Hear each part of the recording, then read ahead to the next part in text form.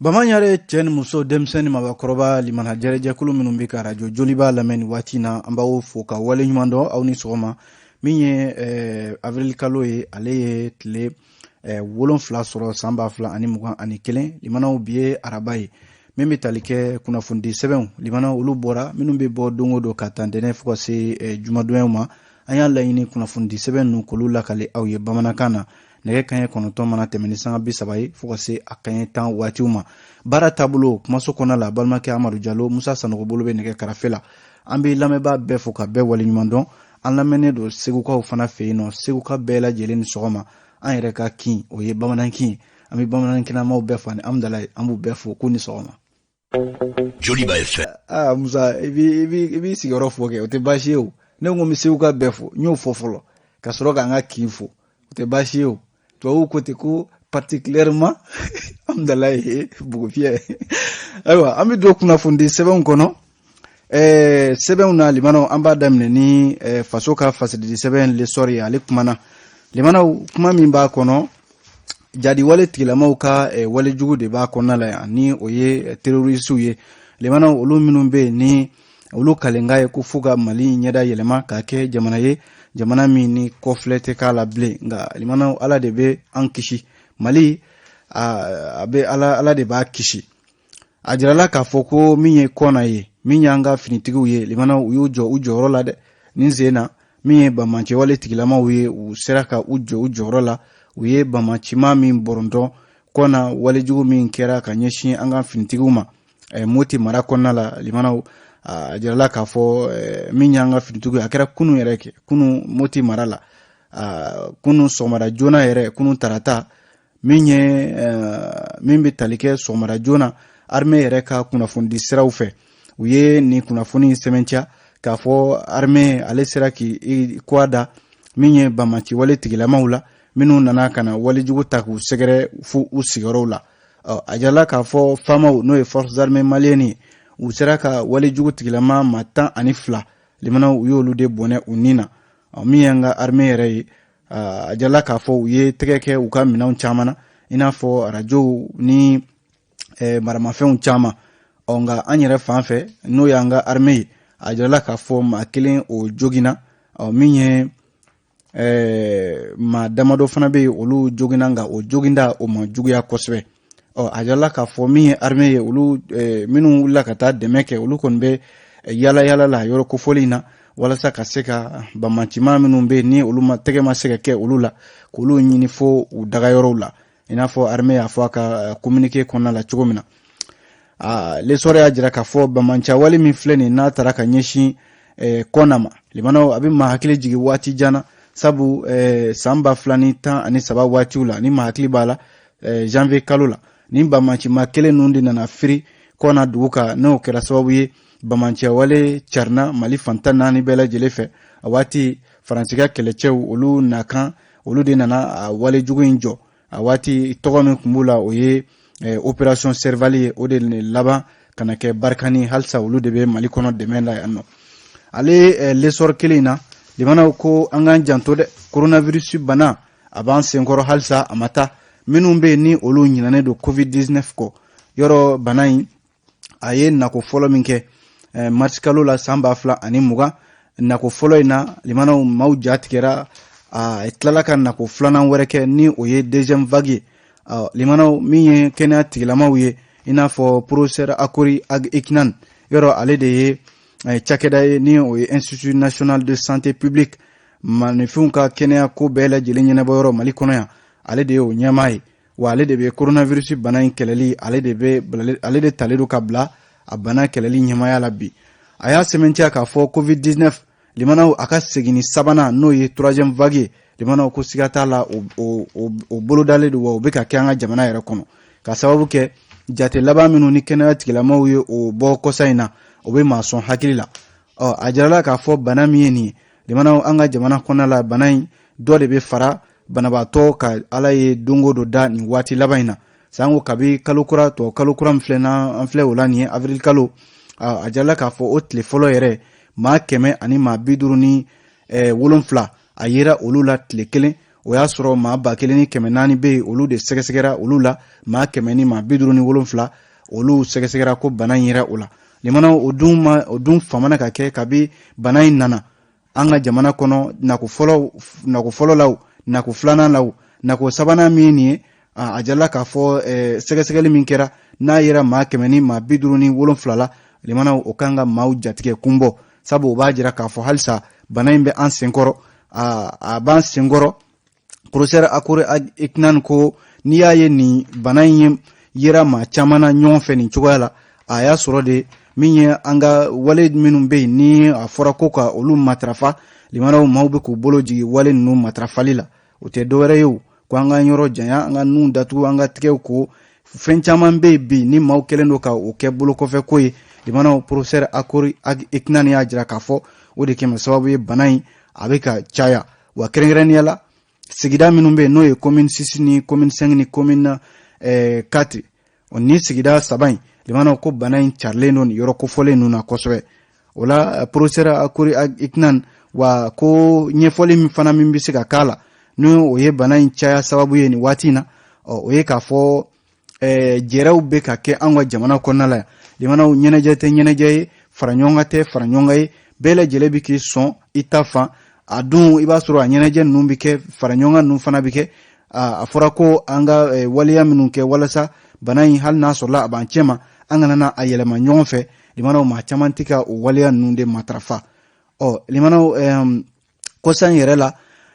bana in a ye caya min kɛ n'o y'a deuxième vague ye a ko a sɔrɔla o fana de senfɛ wa o waleya kelen ninnu n'o ye fara ɲɔgɔn kan ninnu ye olu de bɛ ka caya halisa k'a sɔrɔ maaw tɛ ka a jate yɛrɛ bana in dun limanaw n'a fɔra ka a bɛ caya a bɛ an senkɔrɔ a bɛ yɛlɛma an ɲɔgɔn cɛ limanaw an bɛ farafarali min kɛ ɲɔgɔn kan bana in a sababu de y'o ye n'o fara ɲɔgɔn kan duma dabila bana in an ka yɛlɛma ɲɔgɔn fɛ o fana tɛna jɔ dɛ professeur Akure Iknan ko a sera waati dɔ la jamanadenw ka a dɔn k'a fɔ coronavirus bana bɛ Mali kɔnɔ yan wa a bɛ maa caman de la yɔrɔ fura nana kɔsa in na n'o ye vaccin min ni o nana ko ka pikiri kɛ maaw la limanaw ko wa maaw ka sɔn ka pikiri in kɛ sabu pikiri in da kɛ b'a la k'a fɔ ale de bɛ sɔn ka kɛ fura ye fura min n'a bɛ caman bɔ banabaatɔ la sabu nin waati in na pikiri kɔni bɛ ka kɛ a bɛ ka kɛ maa caman na kɛnɛya tigilamaw yɛrɛ ani maa minnu si ye baliku maa minnu bɛ san 65 ka taa san 60 la a bɛ ka kɛ olu la k'o de bɛ ka kɛ sababu ye ka o de bɛ sɔn ka kɛ sababu ye ka caman bɔ banabaatɔ la n'o tɛ an kana ɲinɛ hali waleya minnu bɛ yen ni o ye mesure barrière ninnu ye an ka olu matarafa walasa an bɛ se ka kisi bana in ma n'o tɛ covid-19 limanaw ka nako sabanan in a kana kɛ tiɲɛni ye dɛ o ye kuma ye Fatumata Nafo ale ka fasiri don an ye nin bɔ lesɔr kɔnɔ aw bonya b'a la limanaw kunnafoni sɛbɛn min bɛ yen ni o ye indépendant ye ale kumana yɔrɔ kɔsa in na limanaw bɛnkan min tɛmɛna jagokɛlaw ani burufeerelaw ni ɲɔgɔn cɛ a bɛ n'a fɔ bɛnkan in a tɛ ka labato burufeerelaw fɛ dɛ kɛrɛnkɛrɛnnenya la butiginintigi minnu b'an ka sigidaw la limanaw buru sɔngɔ a fɔra ko gramme 300 ko k'o feere dɔrɔmɛ 50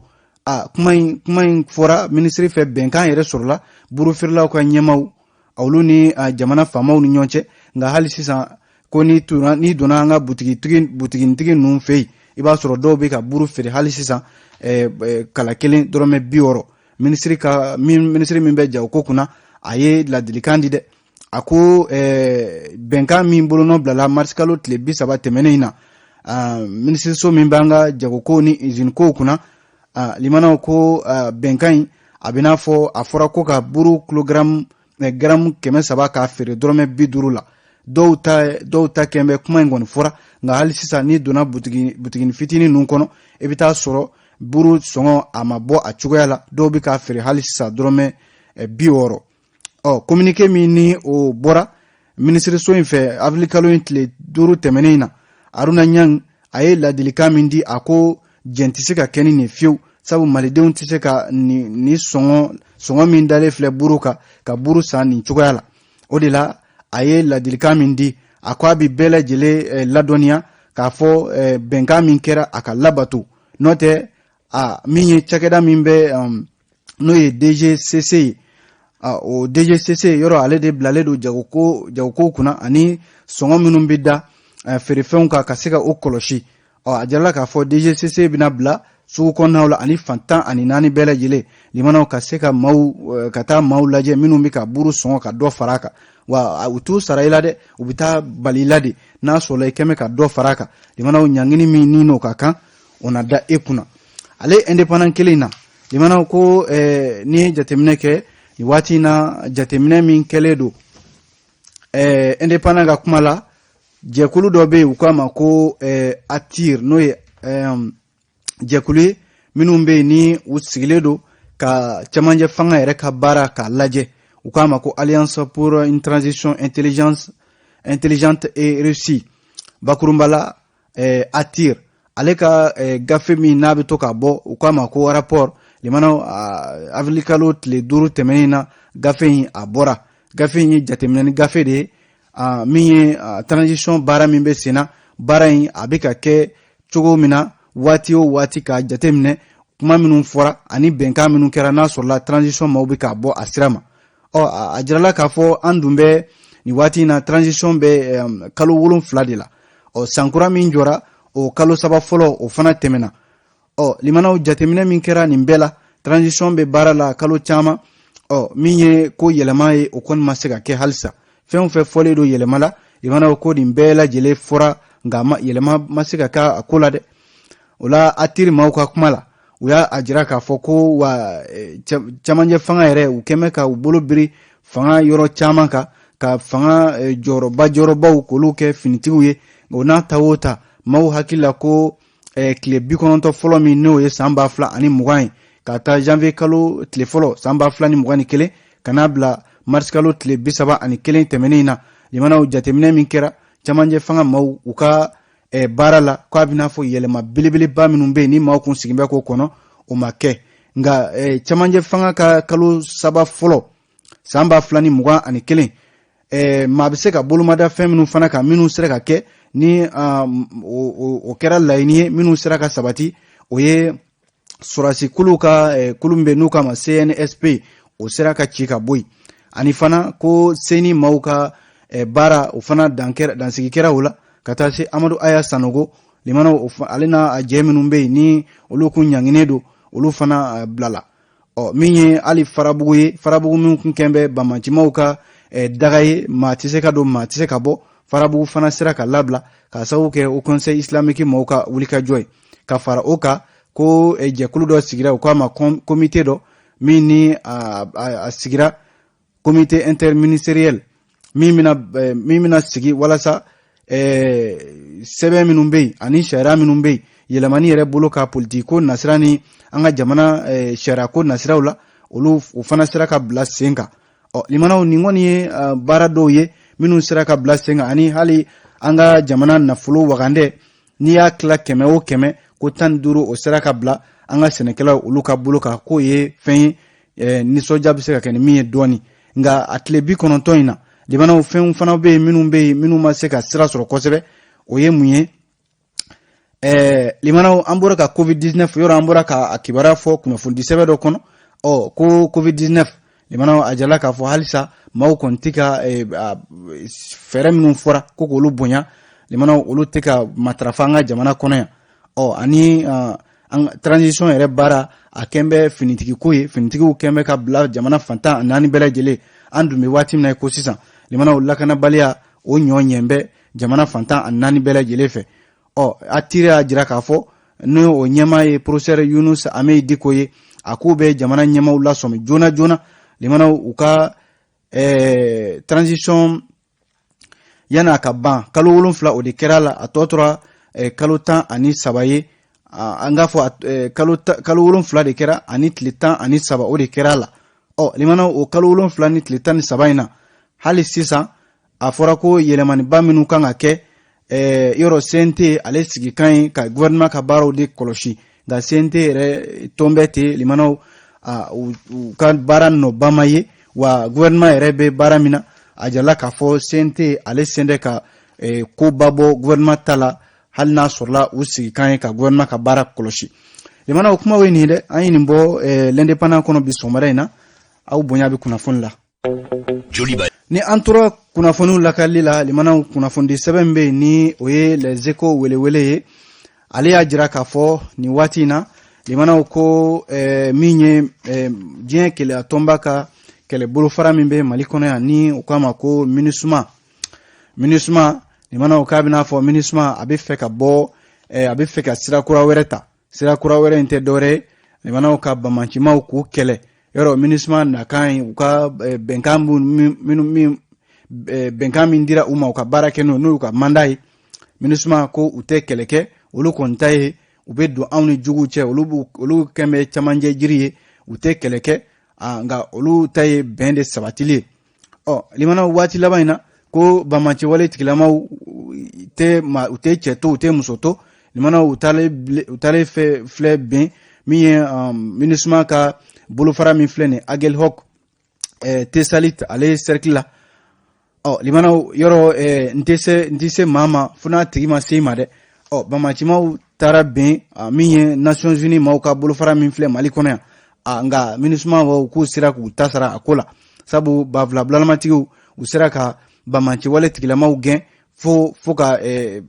foka foloko wuli unofe limana ko nyiningali min kembe les échos mau fe ode ka fo ko minusma yelma uka manda abina fo dodi farla ka wa okone nyiningali matashi do nga les échos mau ya jira ka fo ni wuli ka jo follow min fleni limana unaye ma chaman dabali ban ay maldin chaman dabali ban sabu mami ma sonte femie ni oke abe mau dabali ban minusma ka barate keleyo ulute bamachi mau kele nga ulute ambe ben sabati yelma ko minusma flene kan bara minkeni ko keleche fle kan minkeni kabina fo uketo do ka sirakora ureta ka ukumbo francika fere minumbe ni o talendo ka da minusma koro akabara ke no e malilaya amana ke chogo ajirala ka fo ma chaman koni be ya famia ita famia chogo la malilaya ka fo ko minusma minko kwale nakai ko lute keleke nga ulu bamachi wale tigilama utara siuma ufana wula ka keleke foka terroristu ka ugen foka do yere bone unina communiqué mini minusma yere yoke oya ajira ka fo kaskible manani olu fara ako stratike nuna nga helicopter do mine wula akofe o siraka bamachi maminu ni minusma ma usiraka ulufa o de chara ko sebe hala daire maseka fo limana ni wali min flena ateke ka chaya minusma chedun fe a fura kosebe minusma nyema fe mi jamana de do maliden ulu fana ye folida akoka sabu koni niye ni kele limana ukabina fo minusma be fe ka bo uka lahala koro konala ka lahala kurata no ye ka bamanche wale tigilama ukele no duma fana make jatemnen kila chamanga kumala niye awnye ningele akonala limana mali arme bien francika barkani bien keleche wero bien G5 Sahel na nywana chama ali minusma kelembia nga limano hali sisa kele mimbe nuka mako guerre asymétrique mati kele mbo fando ajengenedu obe mali kono yam abika falike mau bulu fon bika ndaraki dugu kuturu bika chi numbedu mbia ko lakana limano ni minusma sera ka bo ni la hala kono ka ukwada bamachi mau kwala limano ko ni minafo sira kura weredu wa deme fanadu kanyeshi malima wala sa ni bamancha wale abiseka kele chugomina limana unga kobe langulu fanate a jarala ka foko miye bamanchi wale hal na sola abika keni chugala nga minusma hal na ni ke limana ka bina fo kodo be min do wole do mayrete min don fasirika kuma do de les échos aya jira ka fo wa minusma ukamanda mimbu bolo na be ban sanga ani wati berejele iba soro ni nywana wale de bi taka usegere bamachi maube wale do tagu segere maire tado abora yoro mina nga mana ke chugo kuka manda yoro o sera ban yoro la kaba o blale do ka juin kalot le bisaba samba fla ani muga ani kelen limana yoro ni minusma ka manda bi ban iba soro kodo be tagu segere komnu no o ye bamachi wale we obu sinzi odeka mini ukamanda banto katla ka dore faraka tuguni isa sanugo ale de ni fasrike limana les échos wele ale écho kele inkonna la limana ko commune 6 maire ni oye alu kulubali limana ko sharia nyanginde sharia nyangi kalo ngafo samuga kaso ajala ka fo alu kulubali mi yeniye nale de commune 6 maire ke kateme ko jalakili binaka jalakili mi ni critique la mauka kumaula oye ko faux usage et faux atteinte au bien public limana ka fenge gafi seben minte chien walma ka seben bo walma ka jamana yere bolo fen ka o ta ko o do edunwa dafe ka soroni amakeni sharia mi les échos ka kumala ako alu kulubali limana ko kalo ngafo samugan kaso o dara aka ani sefa wari wa mugan akanga o fana sara akelenteu fasiri ka kumala aya fasiri ajira ka fo mami ni no alu kulubali ani maminu nyangina ni ko instratigela limana oye ayre barake nyogon minumbe barake merila oye mimbe talike Urukiatu Touré ale conseiller municipal Delphine Dugnon Salimata Traoré ale secrétaire général Fouata C Ibrahima Traoré chef service financier no yuka na folokowe ale be o barakuna limana ni walia min kele fleni ajirala ka fo ni ma ko fole minu yeni ko alu kulubali yoro hakila jigindo utukalo do tle mugan ani wolonfla samba flanta ani wolonfla ko mercorin aye tama do de kumbolo dara ufe kata franci tama in kumbolo dara septembre kalo tle woro kata bla tle tan ani flala tama in kunganga ke Angers ni jatemne ke tama ina abina fo na fulu kasabi do kunganga soro asenfe ngaye muso do de bla tama kela nuna mire na meri barakela te adun uya a togo sebe tama kela ufe ka foko conseiller do abe barake meri la limana bodi tarako kalama ko alu kulubali aye ni wali yake mi alu kulubali ani mama bey ko togo ira ko ina limana uyere yoro ukakiri a kumbulu dara kiri tigilama ufenga umason ata kiri keneka ode kera sawe kiri tigilama ko ni kiri tige ko alu kulubali anano fe jamanu ubela jele nyangini dara uka ka ubla kasula no ye samuga kasoi kuna foni fle libana ayeni mbo les échos wele kono au bonya bala Joliba Fm ambi kuna foni kunche teleala ni l'indicateur du renouveau limana indicateur kumana ni kuma ni te nyumaye kanyeshi anyere ka sigidahuma limana ajarla ka fo teme sira minumbe anga jamana kono ya krena la Bamako ya yoro jama ka chanya kosebe ukera so wi jamana famau ulu ye sira do bo ina fo sinama ka sira no ye pasira lu ye sira kere dawfe ani do be o ye échangeru ye limana ko o pasirel no échanger minu fleni na dabole do mauka temesena mauka tama kama ga o do tambe yelema ko ke nyegen ye bela jele nyebal walma ka yelema ka ke soye maubeta mauka haketo tanamakola yoro minuna limana ajarala ka fo indicateur ka fola ni jatemneke ko yelema min bulu dale do anga jamana kono limana yelema anya fonga amantege daka mali kono yoro uka jande sabu mali yere kono jamana den ka so ka shara labato ani ka jamana ka jamana mina bulu flala limana anu cheka jan kosebe femi ndabombe ko mauka tama mauka sinama sira na fora ko beta yelema ka ke chambre de passé walma ka ke nyegen dum lairote cinématique ka sirai limana ni walia mi fleni yoro Bamako yoro damado be jama ka chan yoro minuna ina fo autogar minye suguniko ani